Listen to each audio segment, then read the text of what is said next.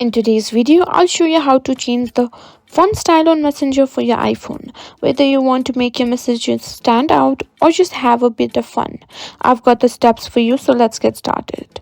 First, let's take a look at some built-in features. Launch the Messenger app. Tap on the pencil icon in the top right corner to start a new conversation or open an existing chat. While Messenger doesn't offer extensive font styles, you can use some text formatting. To make text bold, simply enclose the message in asterisks. For example, hello will appear as hello.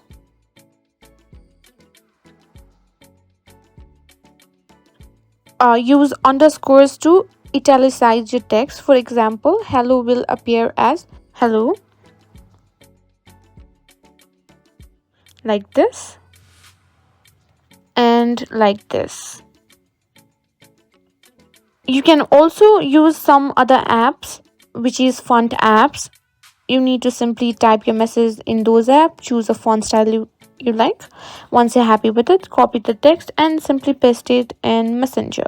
And that's it. You've learned how to change the font style on Messenger using built-in features and some other apps.